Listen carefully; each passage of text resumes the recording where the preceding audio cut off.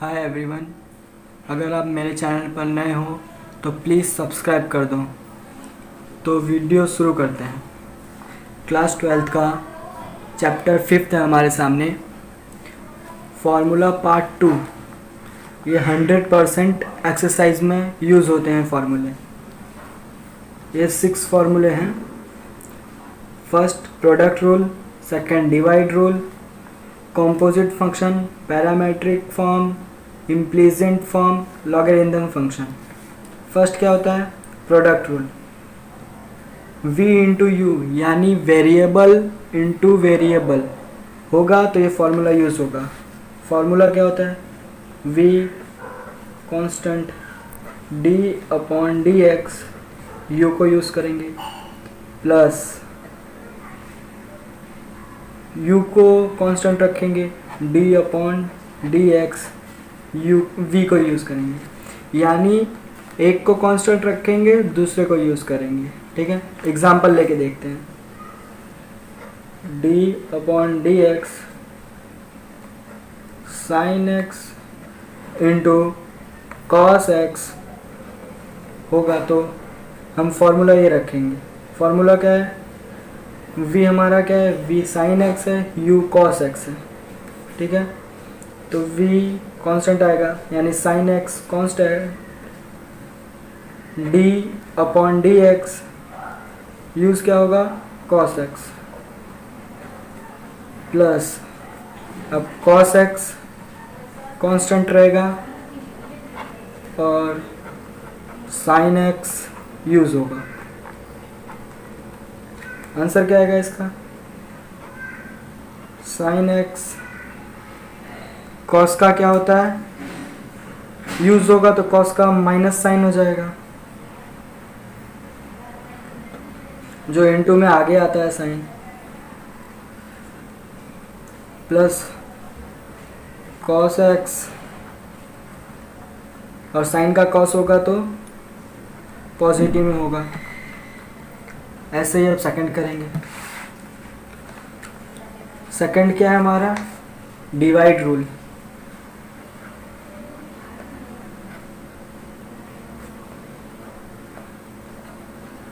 Divide rule यानी d upon D x v upon u, यानी v variable upon variable होगा तो ये फार्मूला यूज़ होगा। क्या होता है फार्मूला?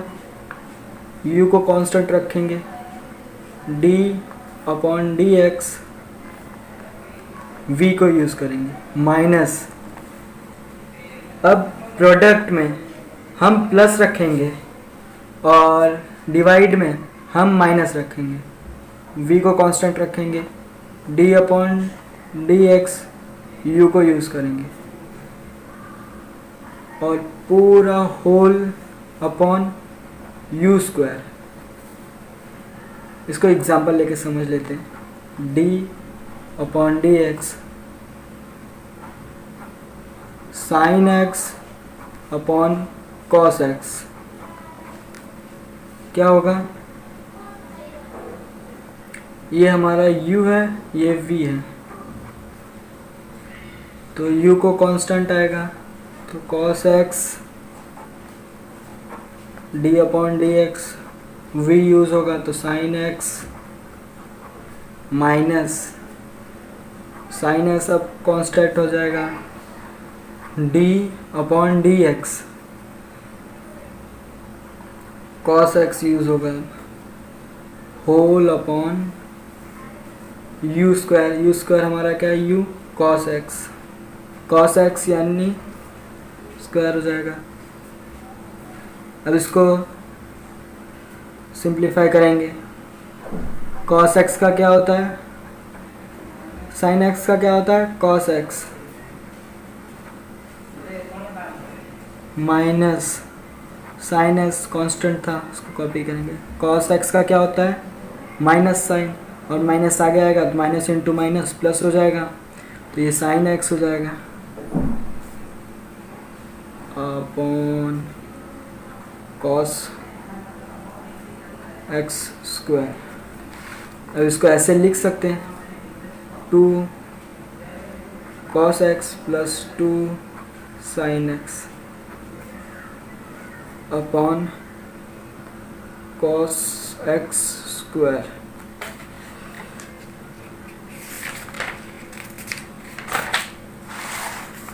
थर्ड क्या है हमारा, कंपोजिट फंक्शन।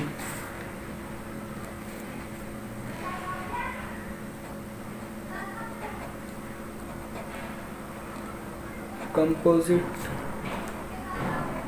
फंक्शन, अब ये क्या होगा, d अपॉन डी एक्स, ये फंक्शन है ना, दूसरे पे एक वेरिएबल दूसरे वेरिएबल पे डिपेंड करेगा, जैसे कि ये,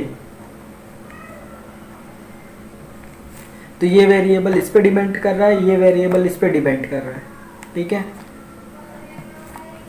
इसको सॉल्व करेंगे, d upon D x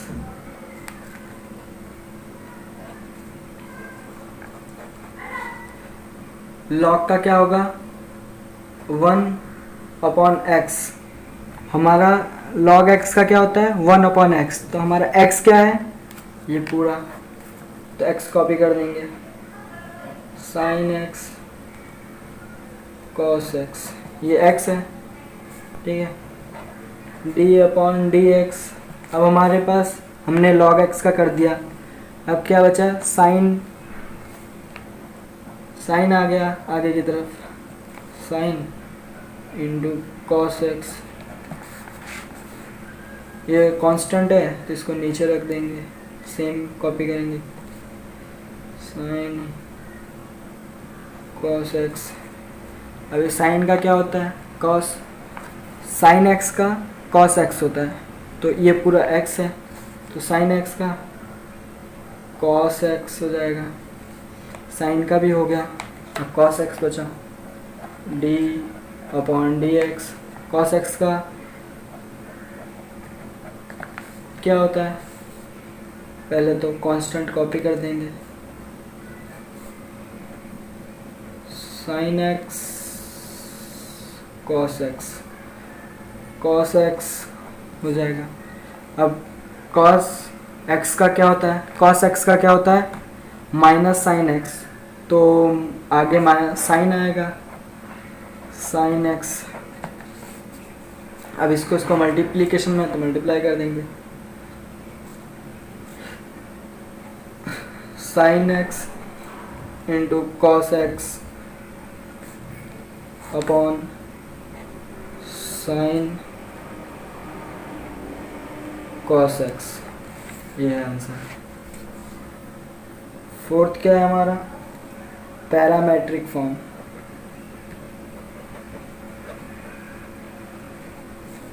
parametric form में क्या करने का होता है, D Y upon D X find करना होता है, तो अब इसके लिए हमें क्वेश्चन दिया रहता है x इक्वल्स टू 80 स्क्वायर और y equals to 2t cube, ठीक है। तो इसका करेंगे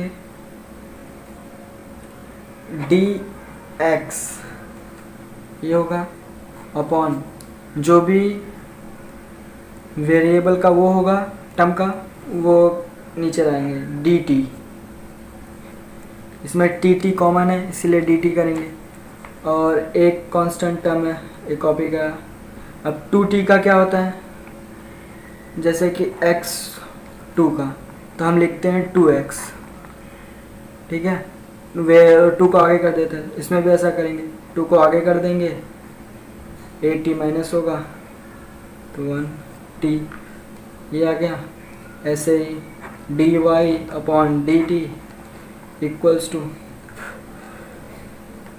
2 है हमारे पास आगे से पहले से ही, इसको ऐसा लिख सकते हैं x cube equal to 3x square, हाँ, तो हम इसको t यूज़ करेंगे इंटू 3t स्क्वायर।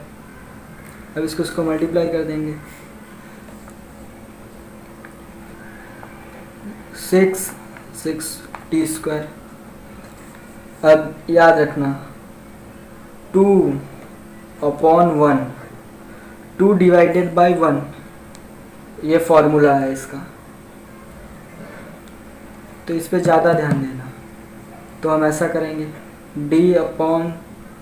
dt है हमारा 2 होल डिवाइडेड dx/dt, dt और dt कैंसिल हो गया। हमारा सेकेंड क्या आया था 6t² और 2at1, तो dy/dx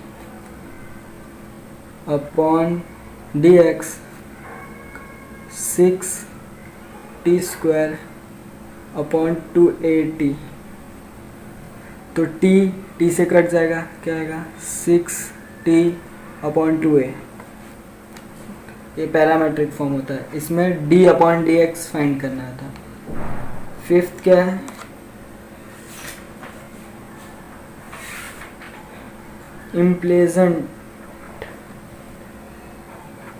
इम्प्लेजेंट फॉर्म। इसमें क्या करने का, इसमें भी d/dx ही फाइंड करना है पन। इसके लिए मैं एक नोट दूंगा, प्लीज़ इसको ध्यान रखें। y का क्या होगा dy/dx,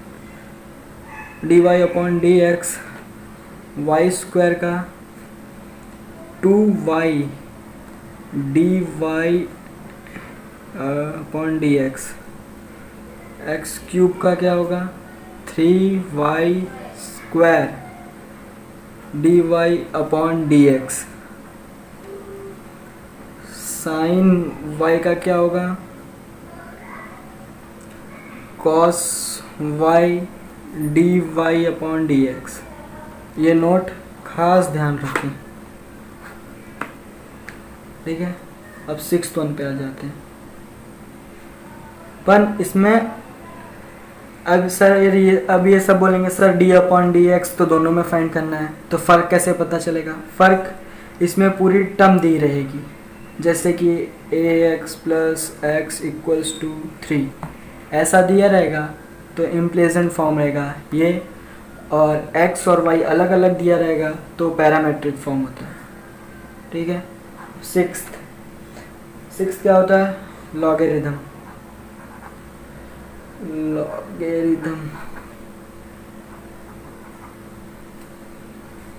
फंक्शन। इसमें क्या होता है वेरिएबल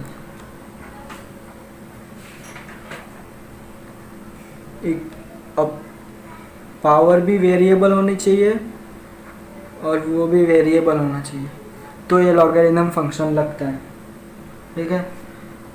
इसके लिए भी एक नोट देना चाहूँगा मैं। ये नोट एक फॉर्मूला है, इससे ध्यान से देखें।